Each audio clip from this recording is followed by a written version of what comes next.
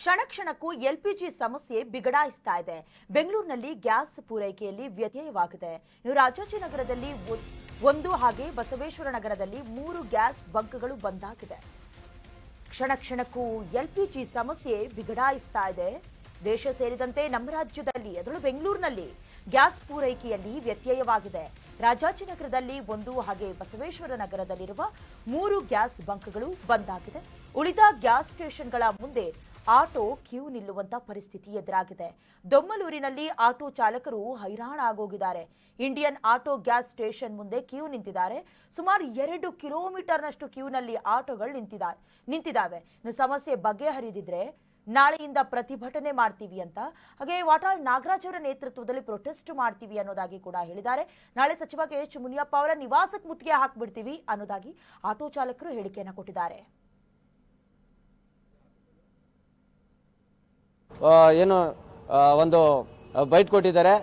ಏನು KH ಮುನಿಯಪ್ಪನವರು ಇದೇ ರೀತಿಯಲ್ಲಿ ವರ್ತಿಸ್ತಾ ಇದ್ರೆ, ಆಹಾರ ನಾಗರಿಕ ಸಚಿವ ಸರಬರಾಜು ಇಲಾಖೆಯ ಸಚಿವರು ಇದೇ ರೀತಿ ವರ್ತಿಸ್ತಾ ಇದ್ರೆ ಅವರ ಮನೆ ಮುಂದೆ ಹೋಗಿ ನಾವು ಮುತ್ತಿಗೆ ಹಾಕುವಂತ ಕೆಲಸ ಎಲ್ಲ ಚಾಲಕರಿಂದ ಮಾಡ್ತೀವಿ. ಮತ್ತು ಎಲ್ಲ ಸಂಘಟನೆಗಳು ಸೇರಿ ಇದಕ್ಕೊಂದು ಪರಿಹಾರವನ್ನು ಹುಡುಕಿ ಅವರಿಗೆ ಮನೆಗೆ ಮುತ್ತಿಗೆ ಹಾಕುವಂತ ಕೆಲಸ ಮಾಡ್ತೀವಿ. ಈಗ ಕೇಂದ್ರದಿಂದ ಕಳಿಸಿರ್ತಕ್ಕಂಥ ಗ್ಯಾಸು ಪ್ರೈವೇಟಿಸಮ್ ಕೊಟ್ಬಿಟ್ಟು ಇವರು ಯಾರು ಪ್ರೈವೇಟಿಸಮ್ ಕೊಡ್ಬೇಕಂತ ಹೇಳಿದ್ದು? ಇವತ್ತು ನಮ್ಮ ಗೌರ್ಮೆಂಟ್ ಬಂಕ್ಗಳು ಎಷ್ಟಿದ್ದಾವೆ? ಯಾಕೆ ಅಲ್ಲಿ ಗ್ಯಾಸ್ ಪೂರೈಕೆ ಆಗ್ತಾ ಇಲ್ಲ? ಎಲ್ಲ ಗ್ಯಾಸ್ ಬಂಕ್ಗಳು ಬೀಗ ಜಡ್ಕೊಂಡು ಕೂತಿದ್ದಾರೆ. ಇವತ್ತು ಇವ್ರಿಗೆಲ್ಲಾನು ಎಲ್ಲಿಂದ ಗ್ಯಾಸ್ ಬರ್ತಾ ಇದೆ? ಏನು ಇರಾನಿಂದ ಡೈರೆಕ್ಟ್ ಆಗಿ ಬರ್ತಾ ಇದೆ ಇವರಿಗೆ? ಅದು ಸಾರಿಗೆ ಸಚಿವರು ತನಿಖೆ ಮಾಡಬೇಕು. ಯಾಕೆಂದ್ರೆ ಆಟೋ ಡ್ರೈವರು ಮಾಮೂಲಿ ಡೈಲಿ ಕೂಲಿ ಕಾರ್ಮಿಕರು ನಾವೆಲ್ಲ. ಯಾಕೆಂದ್ರೆ ಡೈಲಿ 1000 ರೂಪಾಯಿ 500 ರೂಪಾಯಿ ದುಡ್ಕೊಂಡು ತಿನ್ನೋರು. ಈ ಥರ ರೇಟ್ಗಳು ಜಾಸ್ತಿ ಮಾಡಿದಾಗ ಗೌರ್ಮೆಂಟೇ ಇದ್ರ ಪರವಾಗಿ ಎಚ್ಚರಿಸ್ಕೋಬೇಕು. ಯಾಕೆಂದ್ರೆ ಒಂದಿನ 106 ರೂಪಾಯಿ, ಒಂದು 96, ಒಂದೊಂದು ಬಂಕಲ್ಲಿ 130, ಒಂದು ಬಂಕಲ್ಲಿ 150.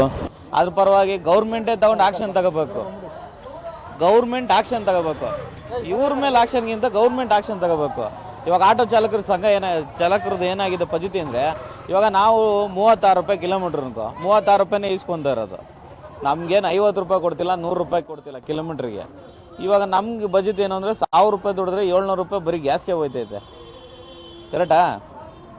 ಇವಾಗ ನಮ್ಮ ಡ್ರೈವರ್ಗಳ ಬಗ್ಗೆನೂ ಗೌರ್ಮೆಂಟು ಸರ್ಕಾರ ಯೋಚನೆ ಮಾಡಬೇಕು. ಈ ಥರ ಇದ್ದರೆ ನಾವು ಎಲ್ಲೇ ಆಟೋ ಡ್ರೈವರ್ಗಳು ಹೋಗೋದು? ಒಬ್ಬರು ಸಾಲಗಳು ಹಾಕೊಂಡು ಮಾಡಿರ್ತಾರೆ, ಡೈಲಿ ಫೈನಾನ್ಸ್ಗಳು ಇರ್ತವೆ, ಅವ್ರಿಗೆ ಕಮಿಟ್ಮೆಂಟ್ಗಳು ಇರ್ತವೆ. ಈ ಥರ ಇದ್ದಾಗ ಯಾರು ಏನಾಗುತ್ತೆ? ಗ್ಯಾಸ್ ಒಂದು ಆಯಿತು, ಒಂದು 2 ವಾರ ಆದ್ಮೇಲೆ ಆಯಿತು. ಗ್ಯಾಸ್ ಎಲ್ಲಿ ಸಿಗ್ತಾ ಇಲ್ಲ. 1 ವಾರ ಗಾಡಿ ನಿಲ್ಲಿಸ್ಬಿಟ್ಟಿದ್ದೆ ಇಷ್ಟು ದಿವಸ. ಆಮೇಲೆ ಇವಾಗ ಕೆಲವರು ಹೇಳೋದು ಈ ಥರ ಇಲ್ಲಿ ಹಾಕ್ತಾರಂತ, ಅದಕ್ಕೋಸ್ಕರ ಬಂದಿದ್ದೀವಿ ಹಾಕಕ್ಕೆ. ಎಷ್ಟು ದಿನ ಹಾಕಲೇಬೇಕು, ಓಟಿಗೆ ಏನಾದ್ರು ಮಾಡಬೇಕಲ್ವಾ? 105 ರೂಪಾಯಿ 106 ರೂಪಾಯಿ ಅಂದರೆ ಮಾಡಲೇಬೇಕು. ಏನಾದ್ರು ಮೀಟ್ರ್ ರೇಟ್ ಎಲ್ಲ ನಾರ್ಮಲ್ಲೇ ಐತೆ. ಮೀಟ್ರ್ ಅಷ್ಟೇ. ಪ್ಯಾಸೆಂಜರು ಕೇಳೋದು ಕೊಡೋದೇ ಇಲ್ಲ ಅಂತಾರೆ. ಒಳಗೆ ಬಂದು ಬುಕ್ ಮಾಡ್ಕೊಂಡು ಹೋಗ್ತಾ ಇರ್ತಾರೆ. ನಾವು ಸ್ಟ್ಯಾಂಡ್ ಗಾಡಿ ಓಡಿಸೋರು, ಏನು ಮಾಡೋಕ್ಕಾಗಲ್ಲ. ರೇಟ್ ಜಾಸ್ತಿ ಇದೆಯಲ್ಲ, ಏನು ಸರ್ ಮಾಡೋದು? ಹೊಟ್ಟೆಪಾಡು. ಎಷ್ಟು ದಿನ ಹಾಕ್ಬೇಕಲ್ವಾ? ಗಾಡಿ ಓಡಿಸ್ಬೇಕಂದ್ರೆ ಹಾಕ್ಬೇಕು. ಏನು ಸರ್, ಬೆಳಿಗ್ಗೆ 5:30 ಬರಬೇಕು, ಕಾಯ್ಕೊಂಡಿರ್ಬೇಕು. 4 ಅವರ್ 5 ಅವರ್ ನಾಷ್ಟ ಇಲ್ಲ, ತಿಂಡಿ ಇಲ್ಲ, ಬಂದು ಸಾಯ್ತಾ ಇದ್ರಿ ನಾವು. ಗೌರ್ಮೆಂಟು ಅದನ್ನು ನೋಡೋಕ್ಕಾಗ್ತಾ ಇಲ್ಲ. ಅವ್ರ ಕೈಯಲ್ಲಿ ಯಾರು ಸಮಸ್ಯೆ ನಮ್ಗೆ ಕೇಳೋರೇ ಯಾರೂ ಇಲ್ಲ. ಆ ಥರ ಪರಿಸ್ಥಿತಿ ಬಂದುಬಿಟ್ಟಿದೆ. ಸರಾಸರಿ 50 ರೂಪಾಯಿ 1 ಲೀಟ್ರ್ ಮೇಲೆ ಜಾಸ್ತಿ ಆಗಿರೋದು. ನಾವು ಹೆಂಗೆ ದುಡಿಮೆ ಮಾಡೋದು? 500 ರೂಪಾಯಿ ಗ್ಯಾಸ್ ಹಾಕ್ಬಿಟ್ಟು ಸುಮ್ಮನೆ ಅದೇ 500 ರೂಪಾಯಿ ಬರೀ ಮನೇಲಿ ಇರಬೇಕು ಅಂತ ಹೇಳ್ಬಿಟ್ಟು ಗ್ಯಾಸ್ ಹಾಕ್ಸ್ಬಿಟ್ಟು ಓಡಿಸ್ಬೇಕಷ್ಟೆ. ದುಡಿಮೆ ಅಂತೂ ಏನಿಲ್ಲ. 10 ರೂಪಾಯಿ ಯಾರು ಜಾಸ್ತಿ ಕೊಡೋರಿಲ್ಲ. ಇದು ನಿಜ. ನೀವೆಲ್ಲೇ ಹೋದ್ರೂ ಖಾಲಿ ಹೊಡಿಬೇಕು. 500 ರೂಪಾಯಿ ಬಾಡಿಗೆ ಸಿಗ್ತಾ ಇಲ್ಲ. 50 ರೂಪಾಯಿ ಕೊಡ್ತಾರೆ. 50 ರೂಪಾಯಿಗೆ 2 ಕಿಲೋಮೀಟ್ರು ತಿರ್ಗಾ ಅಲ್ಲಿಂದ ಬಿಟ್ಟು ಖಾಲಿನೇ ಬರಬೇಕು. ಅದನ್ನು ಗೌರ್ಮೆಂಟೇ ಸ್ವಲ್ಪ ನಮ್ಮ ಮೇಲೆ ಕರುಣೆ ಮಾಡಬೇಕು. ಬೇರೆ ಏನು ಕೇಳಲ್ಲ. ಪ್ರೈಸ್ ಇದೆ ಸರ್, ಒಂದು ಜಾಗದಲ್ಲಿ 110 ರೂಪಾಯಿ ಇದೆ, 110 ರೂಪಾಯಿ ಹೊಸಕೋಟೆಯಲ್ಲಿ ಇರೋದು. ಇಲ್ಲಿ ಇಲ್ಲ. 106 ರೂಪಾಯಿ ಇವತ್ತು ಮಾಡೋರೆ. 90 ರೂಪಾಯಿ ಇದೆ, 95 ಇದೆ, 135 ರೂಪಾಯಿ ಇದರಲ್ಲಿದೆ ವರ್ತೂರು ಕೋಡಲ್ಲಿ. 135 ರೂಪಾಯಿ ಇದೆ. ನಮ್ಮ ಮುಖಂಡರಾದ ರಘುನಾರಾಯಣ ಗೌಡರು ಕೂಡ ಏನು ಕರ್ನಾಟಕ ನ್ಯೂಸ್ ಬೀಟ್ ಫಾಲೋ ಮಾಡಿ, ಸಬ್ಸ್ಕ್ರೈಬ್ ಮಾಡಿ.